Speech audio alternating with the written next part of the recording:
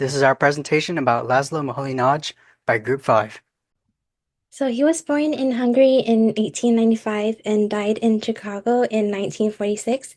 He moved many times throughout his career. He started his career in Hungary, then moved to Berlin, and became influenced by the Dadaist and Constructivist art movements during the early 1920s. Later, he moved to Holland and then to Great Britain to escape the rise of fascism.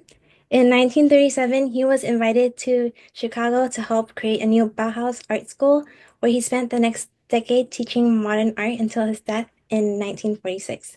He worked in a lot of different media, including photography, painting, sculpture, graphic design, industrial design, and film.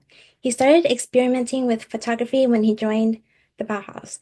His interest in new media and technology inspired him to explore photography, which became an important tool for him. So for the quote, it reads, "For Moholy, both artist and citizen, armed with the tools of modern technology, would translate the everyday conditions of modern life into a new vision, one that would alter the perceptual experience of the individual while materially transforming society."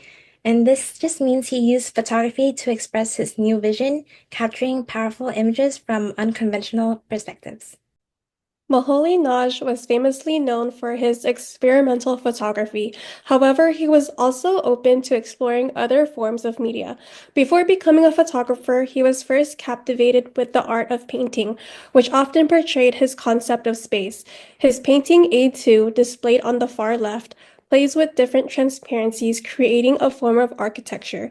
He also created the film Black, White, Gray, which explores shadows, shapes, and light. Within the video, he transitions between a variety of objects that are transparent and solid. His use of light alters the perception of shadows created by the objects. Up until his final days, Moholy-Nagy continued to create, as seen in his sculpture on the far right. The sculpture was to depict the integration of modern machinery. During World War I, Moholy-Nagy served as an artillery officer for Austria-Hungary.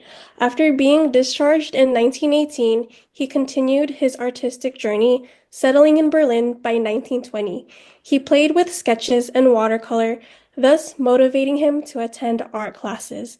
Coming from a Jewish ancestry, his safety was at risk during World War II, causing him to flee to Amsterdam, where he lived for 2 years. Later in 1937, he became an educator at Chicago's Institute of Design, where he lived out the rest of his days. As an individual who's moved from place to place, he quotes, "For an artist, there is no such thing as his country." Moholy-Nagy created what he called photograms, which is a type of light-based image-making process that does not rely on cameras or negatives. The photogram or camera-less record is a form produced by light which embodies unique nature of photographic process and is the real key to photography.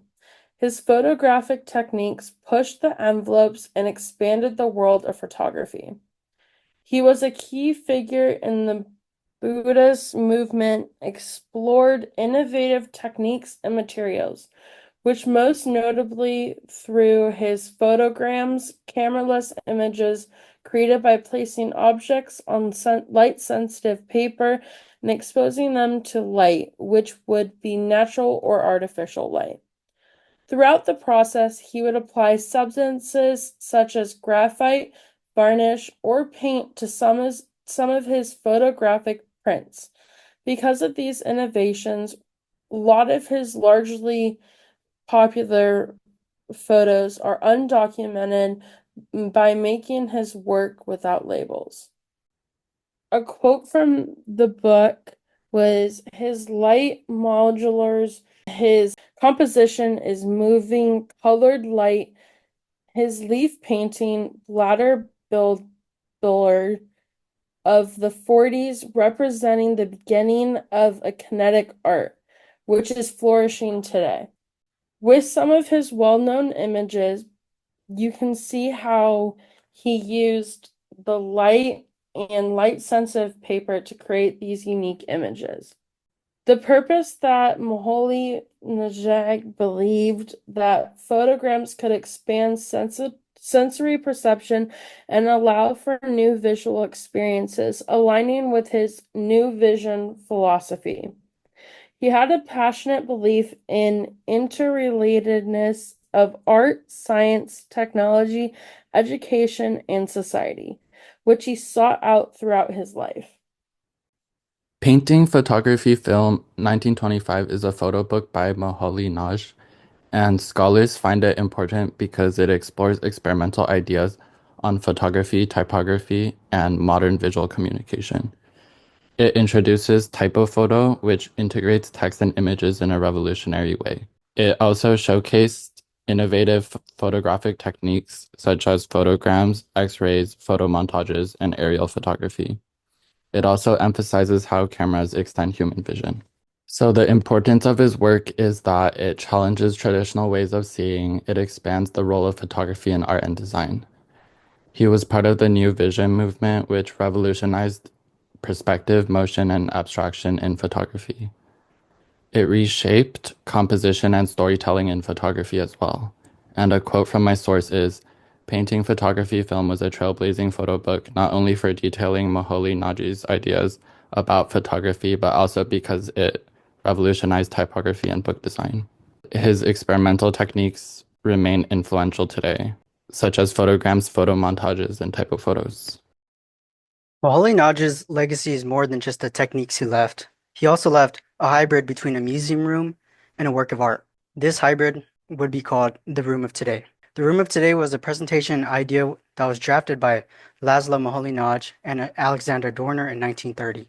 Alexander Dorner was the creator of this Room of Today, and up until 2009, the Room of Today was never completed due to financial reasons.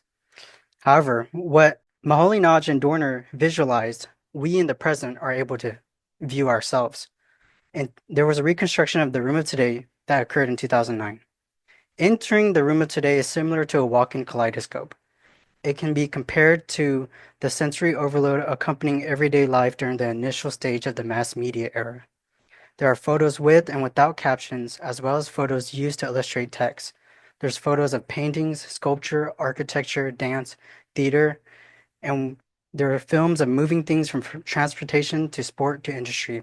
There's a panorama wall followed by a so-called turning table consisting of 6 aluminum panels placed at eye level in the corner of the room and showing examples of elementary typography.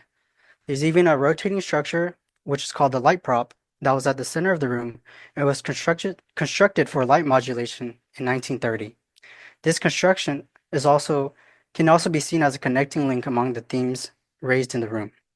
Moholy-Nagy's Room of Today represents his vision of the power of images and technology to spread information and encourage social transformation, which is a concept that's relevant in our present world of rapid technological advancement. In a quote that wraps up the entirety of the Room of Today by Shern Frankfurt in the Laszlo Moholy-Nagy retrospective reads, "Thus, for Moholy-Nagy, the Room of Today is the demonstration of a modern media critical idea of the image, which very much along the lines of present-day media theory makes a plea for the sovereignty of the image."